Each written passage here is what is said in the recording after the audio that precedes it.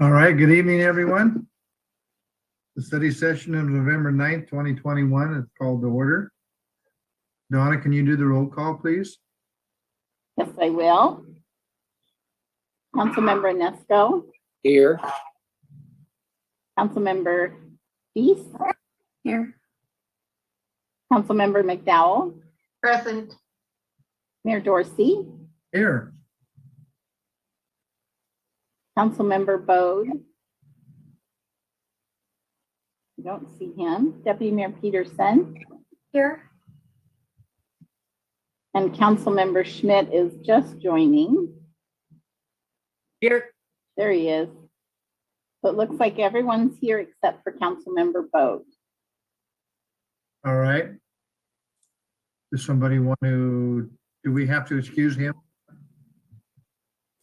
Not for a study session, sir, Okay. but I can give him a call real quick while, if you want to introduce Troy and he can get started, I'll Sure. give him a call. Yeah. Our first study item is legislative priorities. City Manager Jeff and Mr. Troy Nichols from Phillips and Burgess have information for us. Welcome, Troy. Good to see you, Mr. Mayor, and members of the council. It's great to be with you tonight. I wish we could be there in person, but that's okay. We're all living with the circumstances we're under. I talked with Jeff a little bit earlier, and I think we'll just kind of go recap a little bit from last session and some of the wins that we had in the budget process, and then go through kind of the session dynamics that I think we're going to be facing in 2022, which is just around the corner. Talk a little bit about the budget process and what we have in bonding capacity for the state and prospects for projects. And then I think I'll turn it back over to Jeff and we'll talk about some of the potential projects that we can pursue in the supplemental budget in the 2022 session, if that's all right with you folks. Sounds good. Yeah, so just, looking back in 2021, we actually had a really successful and positive session, just in sheer dollar amounts and the size of the projects we were successful in getting funded. I think we had a really successful session by any measure, and a lot of that is attributable to our delegation.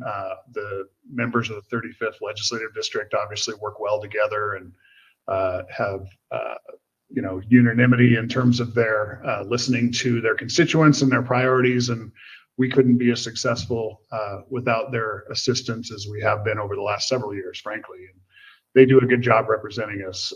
Also, just all the credit in the world to Jeff and the team there on the city staff. A big part of our success last session was being prepared for when the funding did come through, having our projects lined up and vetted and ready to go. As you recall, with the ARPA funds that came down from the federal government, we were ready to roll with our two water-related projects, the Well 1 water main and the reclaimed water tank projects, both at a little over $2 million. Again, it was successful, but we wouldn't have been successful if we didn't have our ducks in a row to seize that funding when it came through, and we made that list. So big accomplishments there. And then the other big success, I take a little bit of personal pride in, just because it was such a unique project. And we made a run at it in 2020. Had a governor's line item veto, which is a first for me. I've never had a line item veto of a budget item before, on the latecomer agreement with the Washington State Patrol. But we came back at it last session and worked with the governor's staff to get something that the governor and his team could live with, and basically did a transfer from the waste tire removal account of $2.2 million to satisfy the terms of that agreement. And we're able to lift that burden off the city out in our UGA across the highway. And I think, Jeff, if I'm not mistaken, we have, as of last week, didn't you folks approve the language changes? And I think we've satisfied the terms of all of it. So. Yep, council did. Very happy to get that done. Now we go through the tedious process of recording those against each parcel, but that'll happen this time. that list is very long. I have a PDF of it. It crashes my laptop sometimes when I pull it up, but no, I look forward to the ribbon cuttings out there for all of the development that's going to go in. It's really actually an exciting accomplishment. I'm very proud of that one, and you guys all did a great job supporting us on that. So heading into 2022, so the session starts January 10th, I believe. It's the second Monday of the month. It's a short 60-day session, which is generally reserved for minor tweaks of policy and also tweaks of the budget. The legislature revisits the budgets that they pass, transportation, operating, and capital, in a short 60-day session. So it's not a time, obviously, for major policy revisions or major budgeting changes. However, I've seen both in my time working in the Washington State Legislature. They don't always adhere to that short supplemental mindset. But I think what we're going to see, the Senate has released plans for operating next session. As you know, in 2021, we had an all virtual session. So I sat in this chair for the vast majority of those 105 days, watching things on TV like all of you did, sending emails and making phone calls. So it was a little frustrating from a lobbyist perspective, just because we can't be in the building to do sort of the minutia that we specialize in, which is the hallway conversations and the committee meetings and the face-to-face interaction with staff. But we made through, and obviously we had a good session. And so we're gonna, I think, operate in largely the same environment next year, come January. I think both chambers are working on a way to have floor sessions that are mostly in person. Obviously, the House, it's a little bit more challenging because they have twice as many members, but the same amount of square footage. And so to do social distancing and all of that, they have to take a little bit more extraordinary measures to do that. I think all the committee hearings, at least in the Senate is concerned, and I'm assuming the House will follow suit, most of the committee hearings will be virtual as well.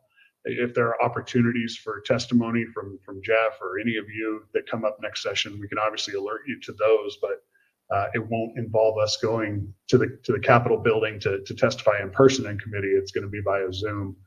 And then they're working on ways to get at least select members of the public to have face-to-face meetings, but given all of the necessary requirements in terms of vaccination, screening, and testing, I can't help but think that we're probably going to be largely virtual, even in the in the meetings with legislators that aren't in committee or aren't on the floor. We're probably going to be operating like this in a Zoom environment, unless something fairly drastic changes between now and January 10th. So that's kind of where we're at. And again, it's a supplemental budget year, so not a lot of major changes to the budget. The capital budget spent a lot of money last session in terms of projects, and not only the federal dollars that filtered through, but the state dollars as well. They spent a lot of money, so they left very little in terms of bonding capacity for the entire state. In fact, in terms of general obligation bonds, they left about 82 million to spend for the entire state. So you divide that 82 million by 49 legislative districts, and you can do the math. There's not a lot to go around, and a lot of that, remains to be seen how they're going to spend it. But we need to be sort of modest in our projections in terms of what our expectations are for capital budget dollars. In terms of the transportation side, we do have a couple of requests that are in the queue. But as you recall, last session, due to COVID and the budget restrictions, ridership was down, mass transit dollars were down, and they funded zero aspect. They did zero in terms of individual member request projects, but we have two in the queue. There's also a significant amount of federal money that just was passed over the weekend, if you recall. But it still sort of remains to be seen how that money is going to be spent at the state level. But it's, $8.6 billion has been earmarked for Washington State. The bulk of that will go to highways, bridges, and public transportation. But in terms of how that's distributed, it remains to be seen. And when I read highways, I read state highways. And so I don't know how much of that's going to trickle down to the local level. But we'll obviously be having a conversation about that when we get into session, and hopefully we can be a part of that and secure our share if they do divvy it out to the local communities. I think there also is several efforts in multiple fronts to do a transportation package. There were several fits and starts last session in terms of both chambers trying to put together a package for statewide transportation projects. I know Representative Fye, the chair of the House Transportation Committee, Senator Hobbs, the Senate Transportation Chair, are both working on their own projects.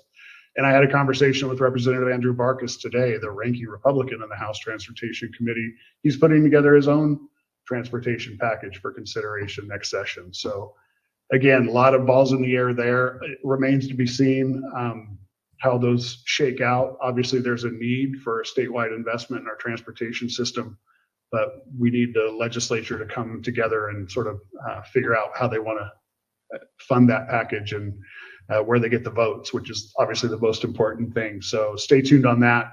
Not sure if they're going to get across the finish line in an election year. It's really difficult, but we'll see. I know there's a lot of smart people working on it. So that sort of sets the stage. And I guess I would turn it over to Jeff. I know he has a little bit of a universe of potential projects that we could pursue funding for. He and I talked today, and I think we do have, while it's not all doom and gloom, I think if we have modest expectations, I think we can secure funding for one or two of the projects and the priorities for the city heading into the session.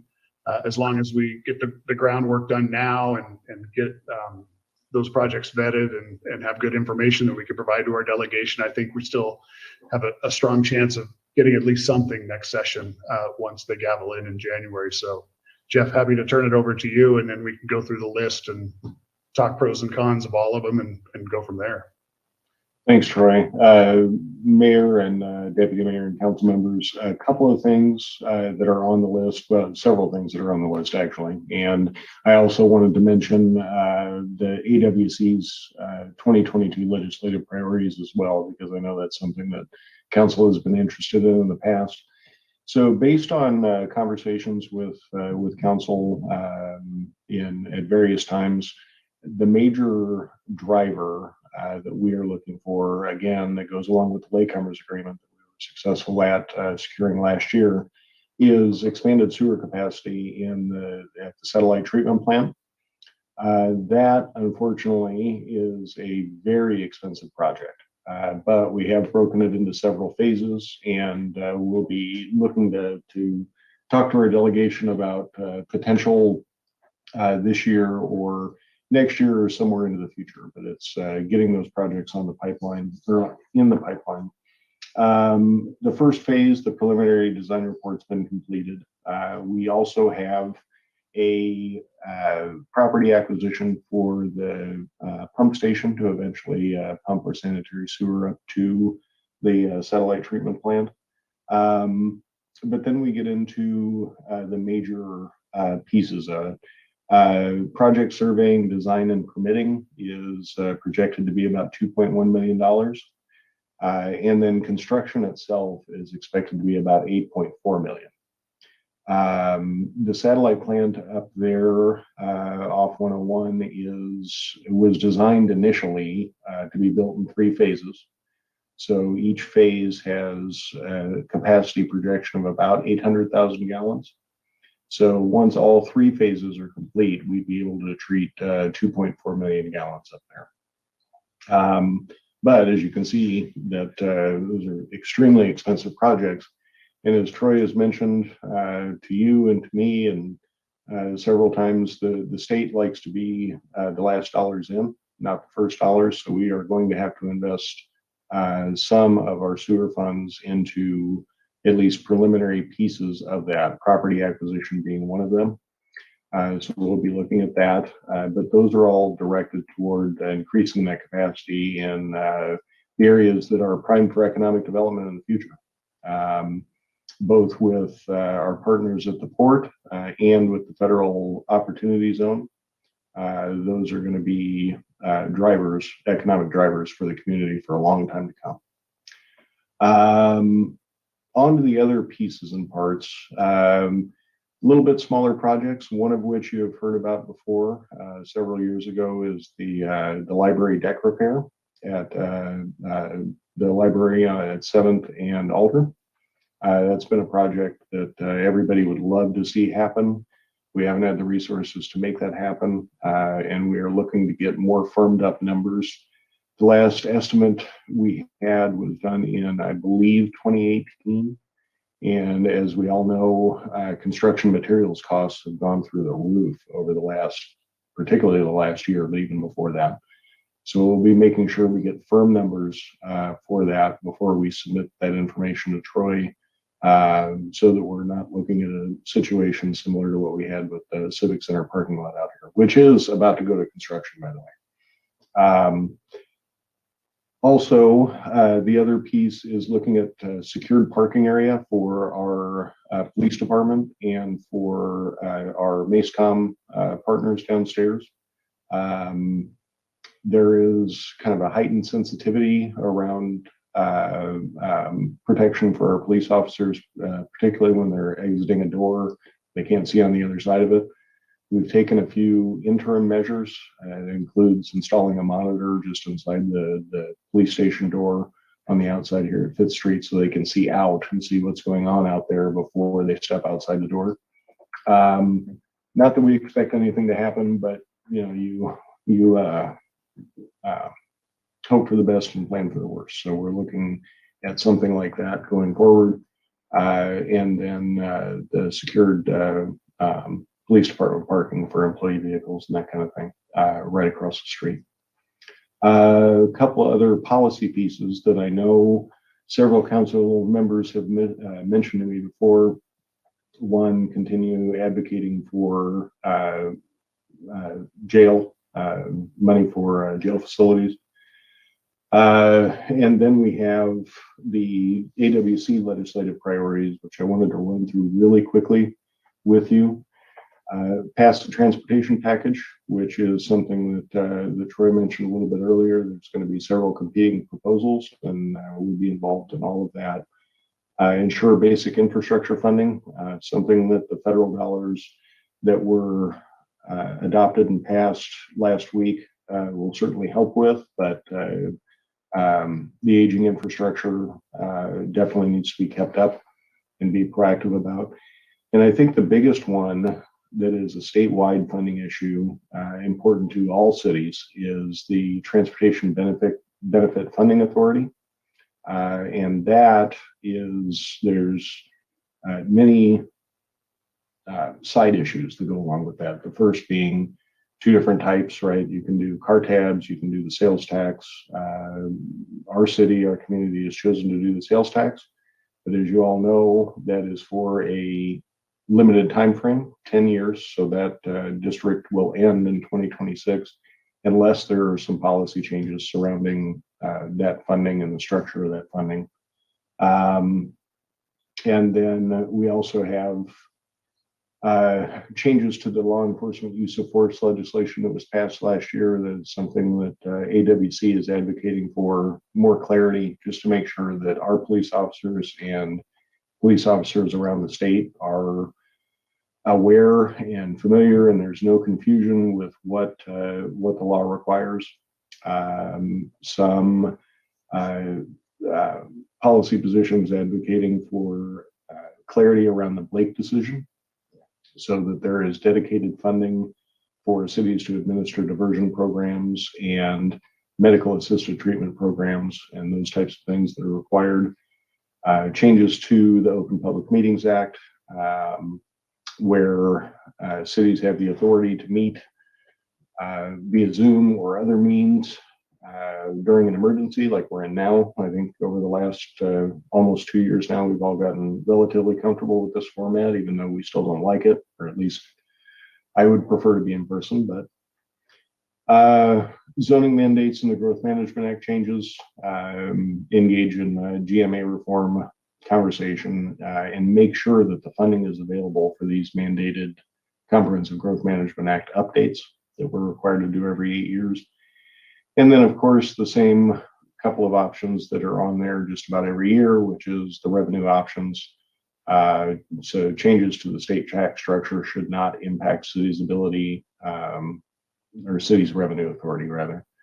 Property tax revisions to tie that to inflation rather than the 1% cap, and then culverts that with the state resolution as part of the overall culvert issue around the state, funding dedicated to helping cities address our culverts as well. So with that, I'm happy to open it up to any questions, and we can talk about priorities. Anything else you'd like to see added before we get started, that type of thing. I see Joe has his hand up. Thank you. Yeah, Jeff, well put together there to summarize everything that, I think we've been talking about for the last couple of years. And I just wanted to highlight the UGA utility aspect of things, utilities access. There's been several through the EDC. There's been several inquiries about businesses, commercial specifically, locating in coming to Shelton and Mason County and wanting to be within the UGA, and limited access to 2 or 3 major utilities is usually one of the reasons why they choose not to. One of which is power.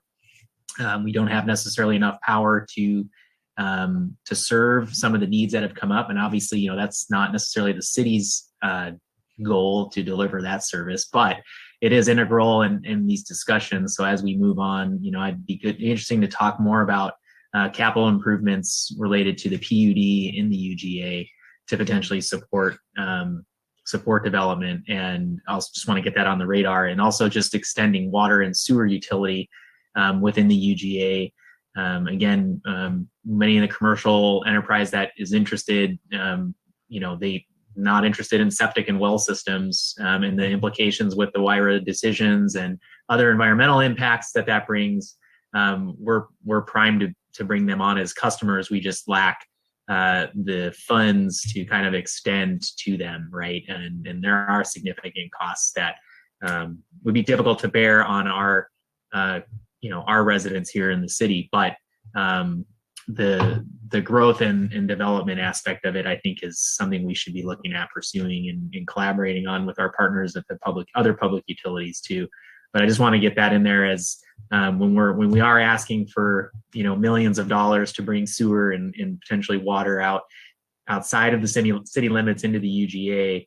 I'm confident that it would yield good results, especially now with Troy, your efforts in helping us dissolve the latecomers agreement. That's another huge thing, and we're just incredibly happy with how that all worked out.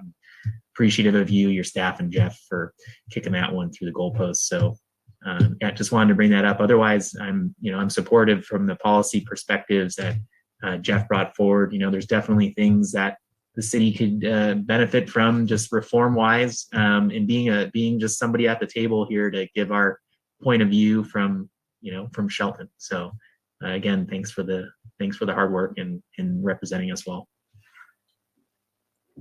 Kathy McDowell? Yes. Troy, I want to thank you for all your hard work you and Jeff have done to get us to where we are. We're going to hang on to you for as long as we can. And every time the Civic Center parking lot I wanted to scream and yell and say high five on that one, because that is going to be so exciting to see that parking lot and that basketball court come to fruition next year. And so I'm proud of everything you've done for us, and thank you. Well, I'm looking forward to it too. I think I put some personal money in the game there, Kathy, with the hoops and all that. Yep. So I can't wait to bring my son into town and shoot a little hoop. Yep. Excited. Thanks. Megan? Hi there. Thanks again also for the work, Troy and Jeff, as staff support. As we're talking about the growth management and what's happening with transportation on the state highway that runs through, I think it's gonna be, oh, my hand won't come down. Sorry, I'm trying to, there we go. As we're talking about transportation through that area of 101 and the impacts of the traffic through there, and our port is still listed on the growth opportunity for that annexation of another, regional airport as well. We have to figure out how to slow traffic down as we do growth in that space. So how can we start working with our congressional delegation now and with our state representatives so that not only are they understanding what's coming down this year, but we know that there's going to be additional transportation packages and infrastructure things that are going to come down for the next couple of years for sure. So how can we put ourselves in a space where we're getting planning dollars set up right now? We can get that, figured out. How do we also layer in, what it's going to take to get the expansion done with the utilities?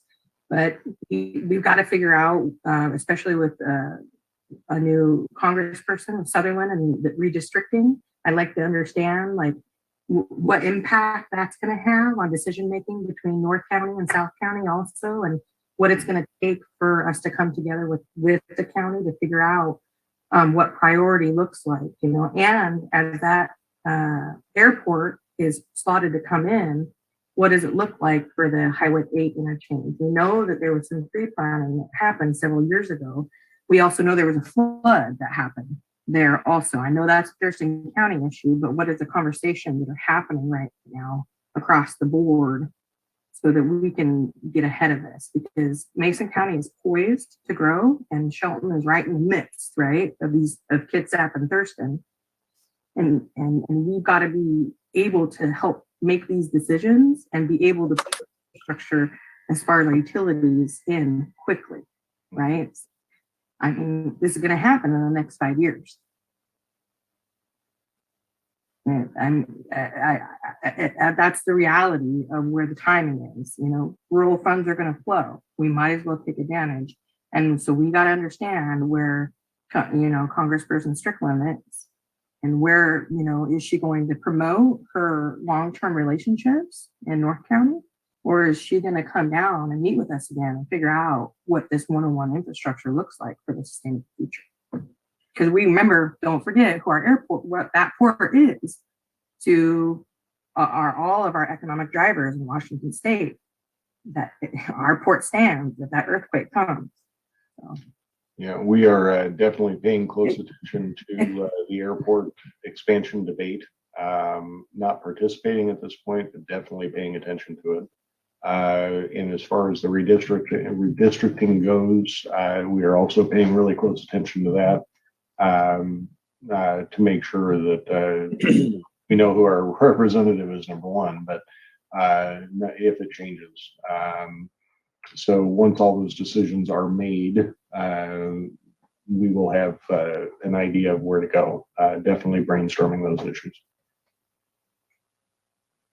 Just to add, Jeff, the redistricting plans, I think the final negotiated plans are due at the end of the month. And then the legislature has to sort of ratify that come January, but they are limited in terms of what they can only make minor tweaks to what the commission comes up with. So I too am waiting to see who our congressional delegation is going to be. And frankly, just the legislative map is going to have a big impact on my world statewide. I would point out also that a couple of things. One, the infrastructure package that was just passed, it's $4.7 billion for Washington State, and that's over a 5-year period. So they're not going to hand it all out tomorrow. I think that we just need to position ourselves to be able to receive that money if we have a well thought out plan. I do know that Mason County has brought on a lobbyist, and looking forward to partnering with them too. Deb Munguia, I think, is who they hired, and she's a pro, she's a friend, and looking forward to partnering up with the county because these are some big decisions. And then I can't help but think that some of this federal money could go to improve that infrastructure, Highway 8. Obviously, selfishly, as somebody who lives in that neck of the woods, it'd be nice to clear up that bottleneck, but that has a big impact on us too up here in Shelton. So it's definitely on our radar. We need to be ready for when those funds start to flow. So it's a good list. And by the way, let's not forget, everybody, that we're running quickly out of room for logistics and warehousing along I-5, and we already know Amazon hit Bremerton, and we need a way to help move goods. It's part of our role and responsibility as government, to help grow and support economic development. It's part of our job to make sure that our legislators understand that we have got to open up these bottlenecks that have been closed for way too long for our rural areas to be able to thrive. Mason County cannot keep exporting talent.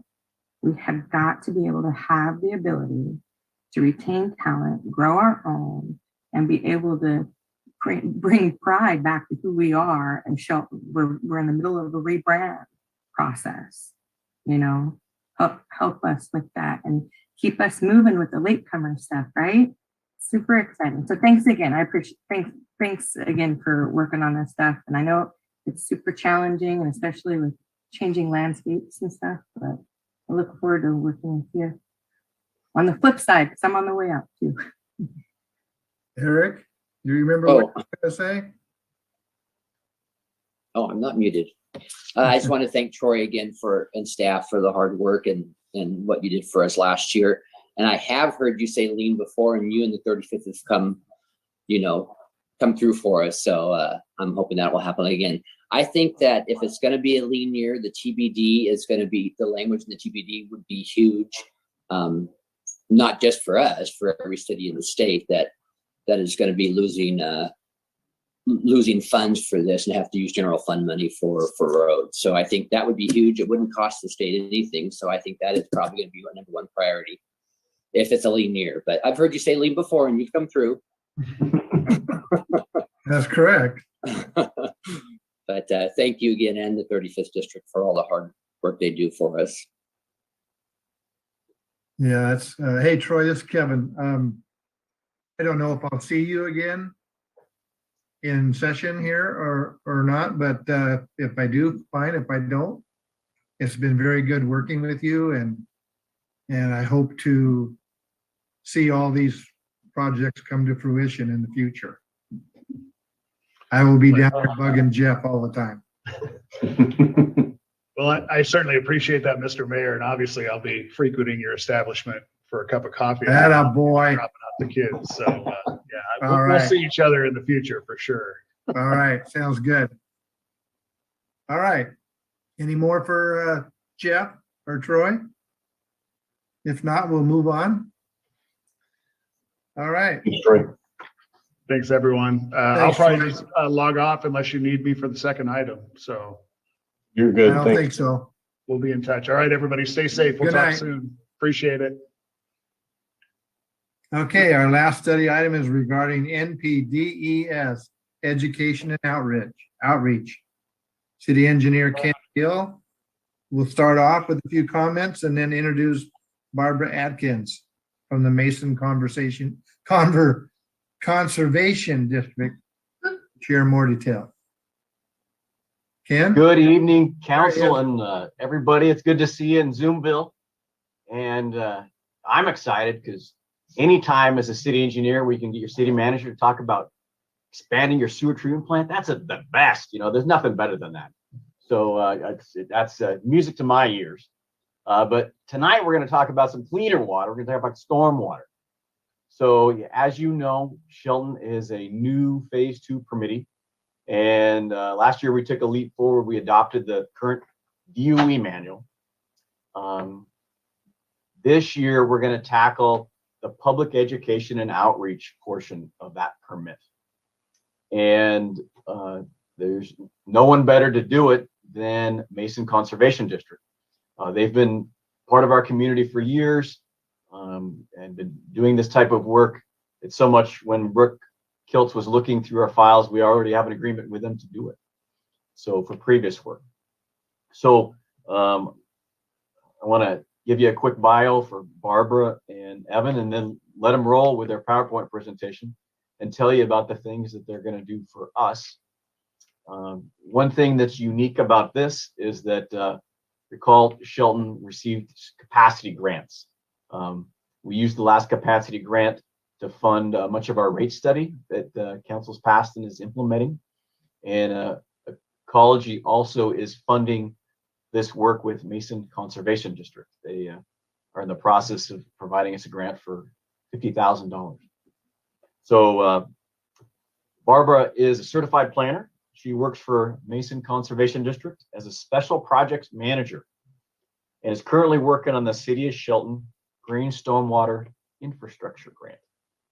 Barbara previously worked for Mason County as the Community Development Director. So, and also want to make sure and introduce you to Evan Bowder. He's a lifelong resident of Mason County. He went to Western Washington, and he was recently reported as the district manager for the Mason Conservation District.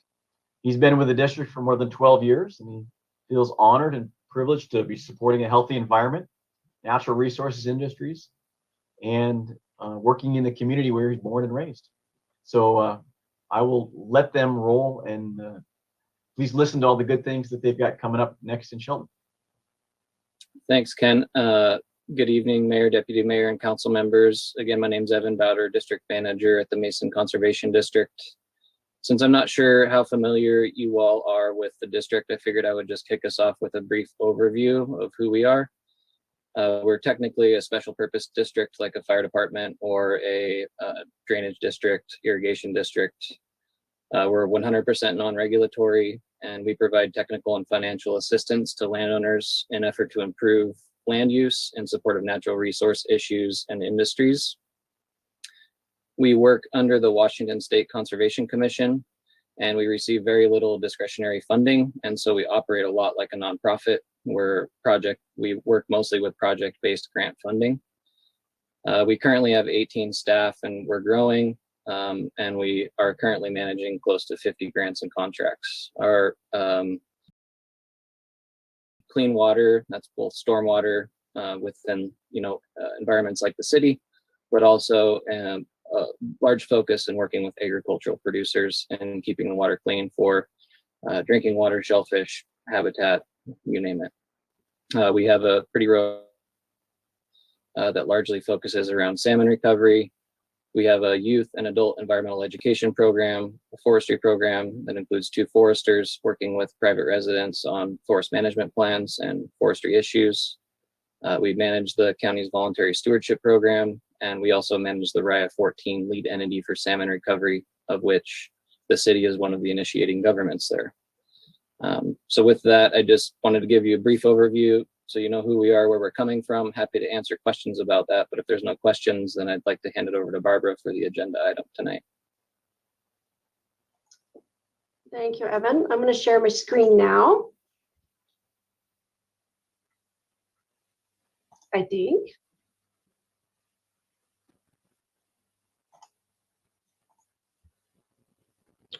Am I sharing it?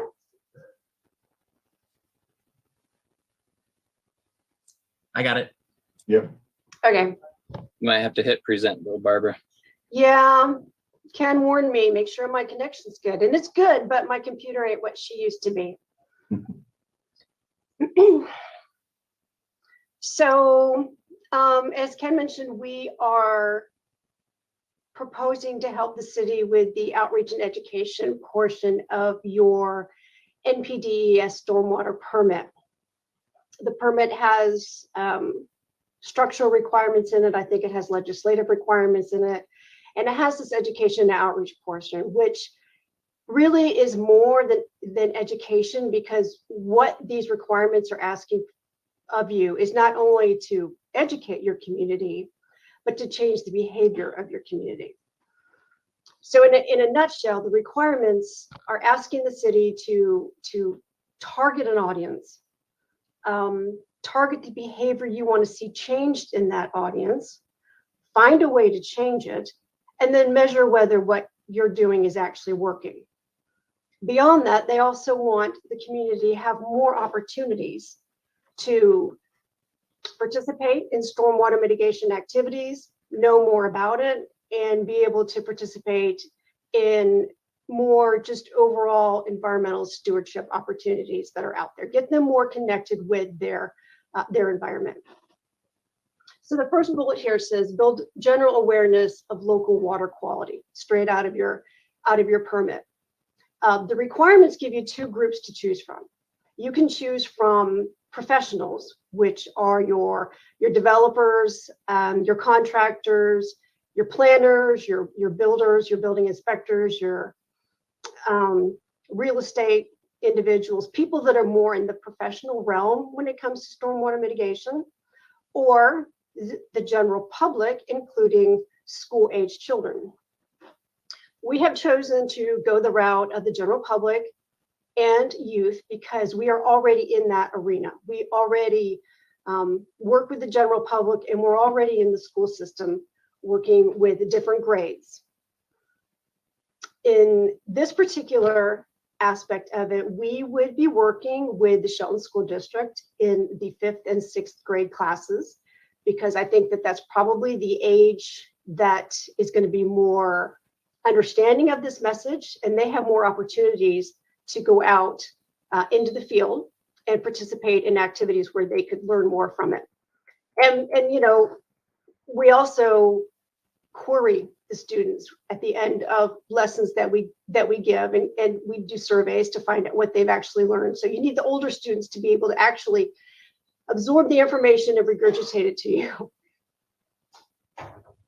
So the methods, the best management practices that the permit is asking you to implement in order to change the behavior, we have chosen to look at tree retention and natural landscaping. And both of those are BMPs that are in the permit, as well as in the 2019 Ecology Manual. So they're completely accepted by ecology as BMPs to mitigate stormwater.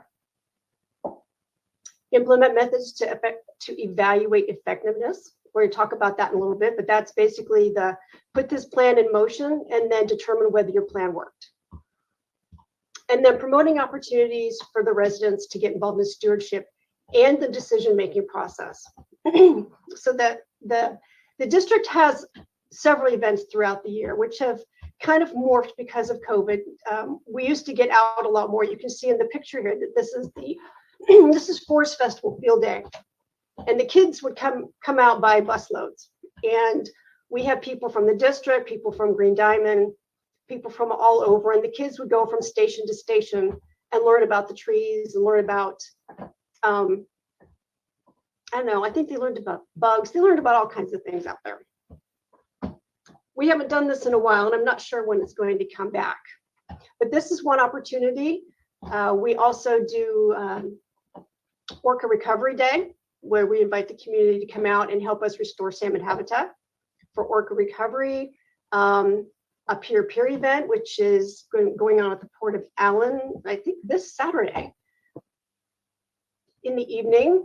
And we have divers that scoop up little critters from the water and bring it out, and the kids are all kind of gathered around, and they get to see what is living under the pier. So in this element, we propose to provide information to the city to put on your website, help create a website that's a little more user-friendly, provides more information about what the permit is, community's role in it is, notify folks of all the different events. That is also an opportunity that there's another portion of it, this decision-making process. Now that part of your plan wants the community to get more involved in your policies and in your legislative decisions when it comes to stormwater fees, and so forth. Now we can't organize or host your public meetings, but when these meetings can combine your meetings with information that we are already providing to the community to try to make sure that we're reaching more people, to get them more involved. So the tree retention and tree planting. We picked this because this is something that we have done for 2 years now. We have the grant that that Ken mentioned, the green stormwater infrastructure grant that we have from the Department of Ecology. And what we did in this grant is we provided free trees, basically. We gave vouchers to citizens just in the city of Shelton to plant these trees in their yards because they are effective in not only providing shade for their homes and increasing, the aesthetic value of their homes, but they also retain stormwater on their property. The picture here is the event we had in 2020. And as you can see, I don't know if you can see that little tiny person at the end, but these trees were huge. They were huge trees. They were beautiful. They were valued over $100. And we really pushed for folks to take advantage of this opportunity and put these trees in their yard and start getting some of that back into the areas where these lawns are kind of vacant. So we can use this as one of the behavioral change methods. You can see that there's some change metrics because we have to measure whether or not you're actually getting people to participate in this management practice. We can look at the baseline of the last 2 years, and we can look at the numbers moving forward. You can see we've got a couple of things listed here: number of applicants, number of trees planted, and this will likely change as we move forward. These were ideas that, at the outset, to the examples of ways that we can kind of measure what's happened in the past. We can amp up the campaign promoting the tree event, and then look to see if we're making a difference with the campaign that we've chosen to move forward with. The natural yard care, I don't know if any of you know, but the district does have a native plant sale every year. What we would propose here is we would add to the plants that we already provide more plants that can incorporate into your yard that's drought resistant and pest resistant and can handle a lot of water, that would reduce the need for watering, would reduce the need for all in an effort to control the runoff that's leaving their yards, to not overwater, to not have plants that require a lot of water. We could put together, I don't know, like we were thinking maybe like starter kits of different kinds of plants that people could purchase a package, take it home, put it in their yards, and start converting their landscape into something that's more native and requires less care. The picture that you see here, this is Whitney. She used to be our AmeriCorps volunteer. The district gets an AmeriCorps volunteer every year, and these volunteers have educational backgrounds. They come in and they help Jen Thurman Williams, who is our outreach coordinator, go into the school. Jen, who has been with the district for more than 20 years. And then every year she brings in one of these folks that just generally got out of college and they want to go into the field of education. So they bring their expertise. I think Whitney was into politics. Our new AmeriCorps person, his name is Logan, and I think he's into botany. But they bring their own special twist and they go into the schools with us and they relate really well to the kids. And again, these metrics, these can will probably change as we get a better idea of what we're doing.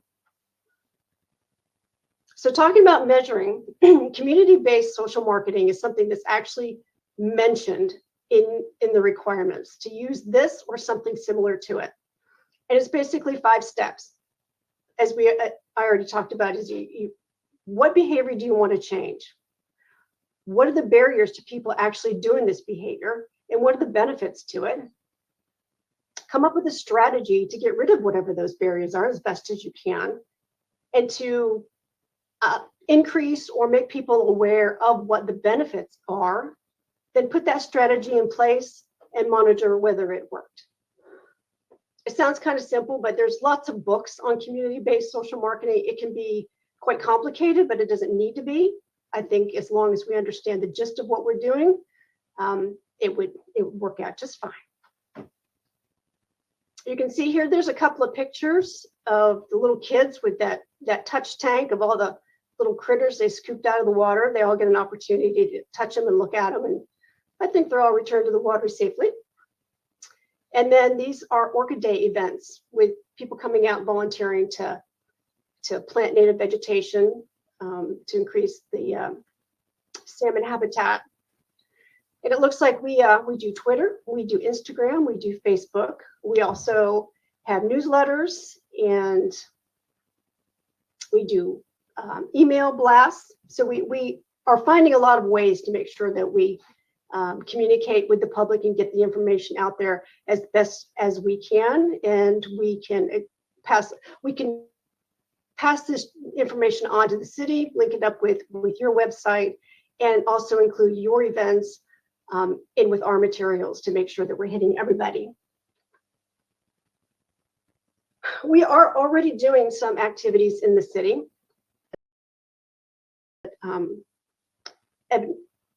Evan mentioned and Ken mentioned. For some reason, the slides, it didn't stick. During rehearsal, it stuck. Okay, so in 2020, we teamed up with the Snohomish Conservation District. They also had a similar stormwater grant. And for some reason, they had they were going to do some rain gardens somewhere that fell through. So they reached out to us, Mason County, and said, do you want some rain gardens? So in 2020, we installed 6 rain gardens in the Bordeaux neighborhood. Snohomish paid for the gardens, we paid for the plants and helped them with the engineering. And then we decided to use our grant to do that again this year. And we put in 7 rain gardens in the Mountain View neighborhood. Ecology was quite impressed that we managed to get 7 houses in one neighborhood to do this. And these are a couple of the before and after pictures. They turned out pretty. You can tell I was out in the beginning in August when everything was, and then everything came back to life and they looked really nice. We're also doing a depaving and revegetation at the Thurston Mason Behavioral Health Organization Center. I don't know if you can see my arrow, but all of the pavement between the sidewalk and where their recreation area is has been removed side, and we are in the process, absolutely, almost as we speak. I've been standing out there all day today, of pulling out all the beige gravel, putting in some very nice 50-50 pro soil compost mix, and we will be using this planting plan that our forester has put together. We have 2 foresters at the district now. That he's put together to create a vegetation plan that will serve a couple of different purposes. The center wants more privacy for their patients. They want to block the noise that is coming from that area. Sometimes it gets a bit colorful if you're standing out there. And to prevent people from being able to go from the sidewalk to that activity area and interact with the patients. So we're going to put some stuff out there that's not very friendly to walk through. Stuff with pointy leaves and some pretty big trees and some nice vegetation out there that will not only add to what the center needs, but it's also part of a stormwater grant to remove pavement that doesn't need to be there anymore and water infiltration. And then here's the budget and the schedule that we put together. The dates go out to 2024, which I believe, if I understood Ken correctly, is when this permit ends. A lot of the events are scheduled around the school year. They're scheduled around planting season.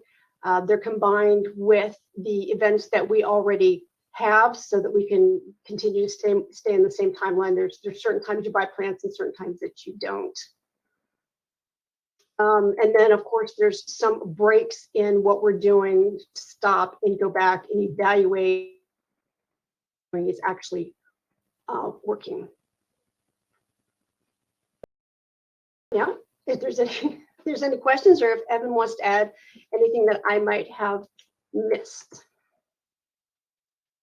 I don't think so. I think we'll just open it up for questions and see what folks might need clarification on.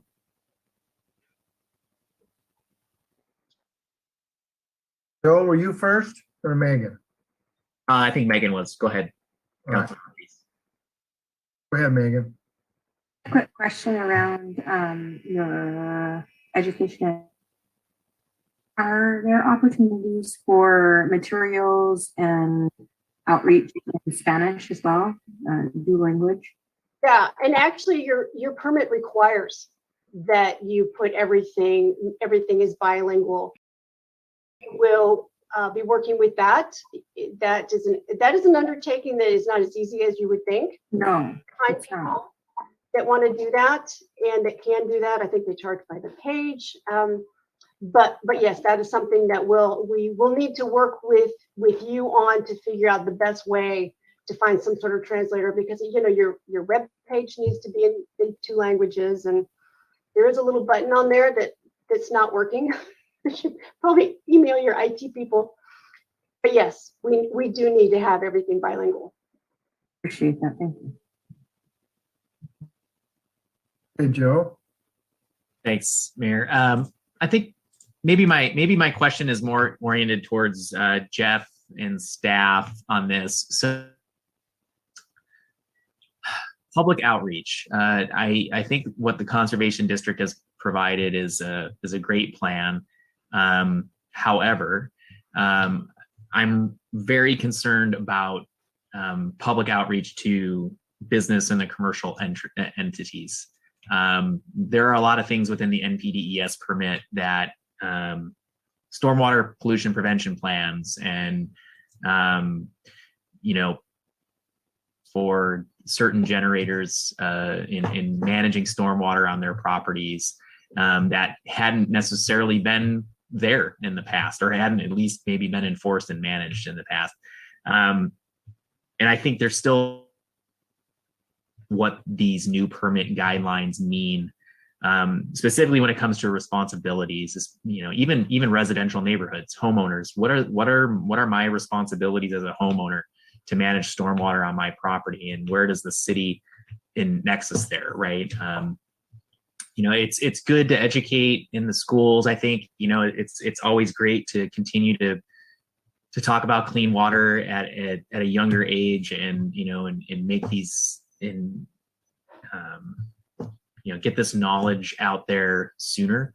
But I'm more concerned, I guess, with what the permit impacts are going to mean, like I said, especially to the commercial and residential, type customers. I'm just curious if what tie-in does this have, or will this have with that effort? So that is used throughout the program. One of the reasons why we chose to go this route is we unfortunately don't have the opportunity often to talk with school children about various city programs, whether it's stormwater or whether it's GMA specific, complete streets, those types of things, where the Conservation District does, but also we have the opportunity to interact with those professionals on an almost daily basis, the ones that Ms. Adkins mentioned before, the real estate folks, the developers, the builders, the contractors. And in those personal interactions, we can definitely make sure that those folks are aware of what the permit requires and why. It's a whole lot easier to just point at the state and say, we're doing this because the state made us do it, rather than helping people understand why we're doing this. And it's, for the health of Oakland Bay, which is not only at our shellfish growing partners, but also a big economic development attractor. So when you start tying those things together as we're conversing with people either at the counter or the phone or through email, helping everybody understand the more global picture in our community and why we're doing those things. We're best suited to do that because we're comfortable doing it. We do it all the time. I think it would be amazing if we got an opportunity to talk to more kids about Growth Management Act or about even municipal government careers. But we just don't have that opportunity often and hardly at all now with the pandemic that we're currently dealing with. And I just wanted to point out that although engaging with the youth through the school, our youth education programs in the schools is a part of this scope, a large portion or a majority of this scope is actually engaging with campaigns around these BMPs with adults and just general public within the city community. And so a large part of what we would actually be doing is around, trying to help the homeowners or the property owners understand the importance of native vegetation in the community, tree retention, those kinds of things, and then trying to establish some change in behavior and document that. Yeah, it's just getting the average resident to understand what a best management practice is and why it's important, right? I think that's great. It sounds like a great plan to me. Like I said, I just wanted. We were keeping a focus on, what I think is probably the thing that we're going to hear more about, which is what those impacts are to industry. Because it is at the end of the day, it is impactful, but I also do recognize it's important to realize that when the rain falls, we have to do something with the runoff and manage that. And teaching that at a young age, I absolutely agree with you on that. That'd be great. And on top of that, I think it's awesome. So thank you. Kathy McDowell? Yeah, I just, that was a real good presentation, and thank you very much. I'm encouraged with the thought of maybe getting more of the rain gardens in Shelton, not only to businesses, but residents. I think it's important that we do one neighborhood like Mountain View, but bring it down in downtown where we have a large majority of people passing through.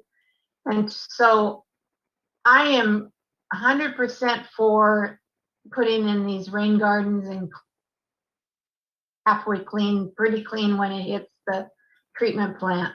So thank you for your presentation. And if you want to use a residential yard to put a experimental rain garden in, hey, you can come over to my house.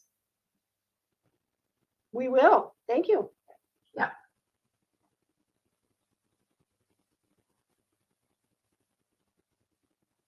All right, I don't see any more hands. Any more comments for Jeff or? Okay, thank you very much, Barbara. Thank you. And Evan. Thank you. I'm going to put my email in the chat if anyone wants to follow up with questions or other district related activities or issues. All right. Thanks all. We're at new items for discussion, anyone? If not, seeing none, this meeting is adjourned at 7:04.